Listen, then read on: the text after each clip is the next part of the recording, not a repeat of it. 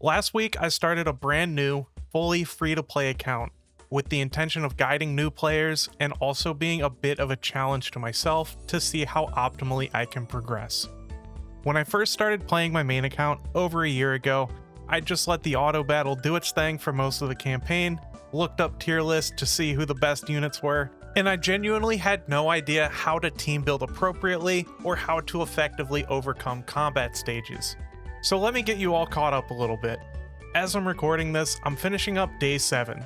I'm currently halfway through chapter 15 with about 33,000 power, and the stages are creeping up to about 49,000, which is absolutely brutal, especially when you don't have ideal team comps. I haven't committed to using any of the cases of resources I have yet, but I am getting pretty close. I did end up using my SSR molds because I saw that the exchange shop for them isn't available until chapter 21, and I needed some better units before then. When I opened them, I managed to pick up Leader, Rika, Diesel, and Ein, as well as 2 SR units out of the 6 sets of molds. 3 of those hits are on my wish list, which is awesome. Rika is not so great without Mint, but I can't complain because I want them both, and Leader is definitely going to see use immediately. I did some pulling on the standard banner with some vouchers that I got, and then I spent the currency I got from that to buy some access manuals. I managed to get a copy of Soda and a copy of Helm. Helm is a great pickup, but not immediately useful, but she is one of the units that I'm looking to MLB, so any copies I can get is going to be very helpful. I also did some pulling on another banner. I know 100% I will never use Summer Marciana in campaign on my main account, and I was really curious to try her on a new account. I managed to get her in about 80 pulls, and I've been putting a similar amount of resources as I have been into Summer Cinderella.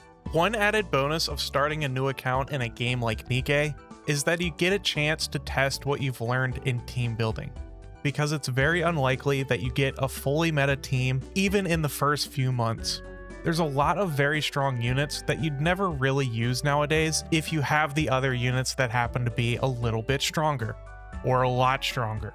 Some of these units can be a lot more useful than they initially seem when you get a chance to actually use them in your team composition.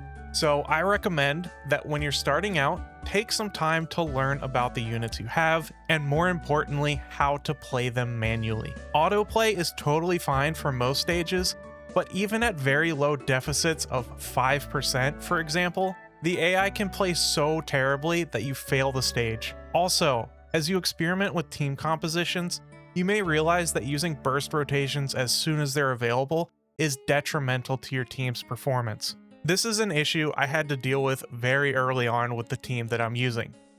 So, I mentioned that I wanted to see how Summer Marciana performed on a brand new account. Well, she posed an interesting problem for most stages.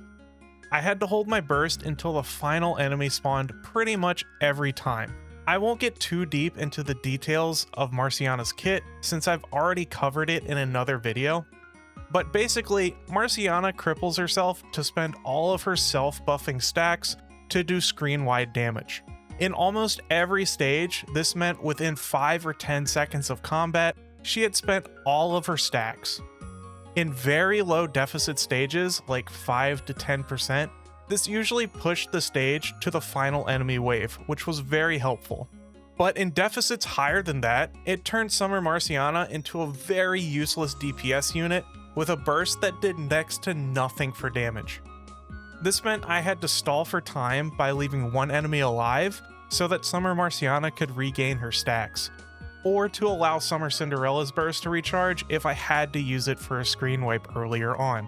You can't really stall for time in defense stages, and Summer Marciana never has the chance to regain her stacks in encounters like that, so she's a totally dead unit in those situations. Thankfully, Summer Cinderella is such a powerful unit that she can make up for the shortcomings of Summer Marciana in high deficit stages with some careful manual play. Another unit in my team that really needs to be played manually is Noah. Her burst will give the whole team 3 seconds of invincibility. If you're using that on auto, then you'll likely never notice it. But if you use this at the right time, you can save a unit or your entire team from a one-shot, or even use it to soak damage so you don't have to go into cover. These are just a couple examples as to why you should play manually, and take a little bit of time to learn what your units have to offer. But of course, we can't forget just how terrible the AI can be at aiming. Sometimes an enemy will move just fast enough that your NIKKE will shoot the air behind them for several seconds, or they'll spend most of the stage shooting the least dangerous enemies, like the ones that aren't about to one-shot your units. Manual targeting is honestly the most important for boss encounters, because you'll have to destroy parts and shoot red circles, which is something the AI will not do for you. You'll only be able to clear stages like this with autoplay if your team is capable of brute forcing the encounter, which most teams will not be able to. On the flip side of that, there are some cases where auto-targeting can be very helpful. I'll talk about some times when I use it. If I'm doing a boss encounter, I generally have auto-aim turned on because most of the fight is just going to be laser beaming the core, which auto-aim can do better than me most of the time, even with aim assist maxed out. Then for the times that I need to destroy red circles or destroy a part, I can just click on the screen or turn off auto-aim and I can do it by myself before turning it back on. Now speaking of aim assist, this isn't a setting that's one size fits all. I tend to play with it maxed out most of the time, but there are situations where I turn it all the way down when I need to target very specific parts of the screen, and high aim assist tends to make that very difficult. A good example of when I do this is against Ultra. Did you know that when the core is covered by the plate, you can still hit the core without pierce? You can aim just above the plate to hit the core, and you can only do this if aim assist is set to the minimum. Another time when you'd want to adjust your aim assist down is when you're fighting Mother Whale.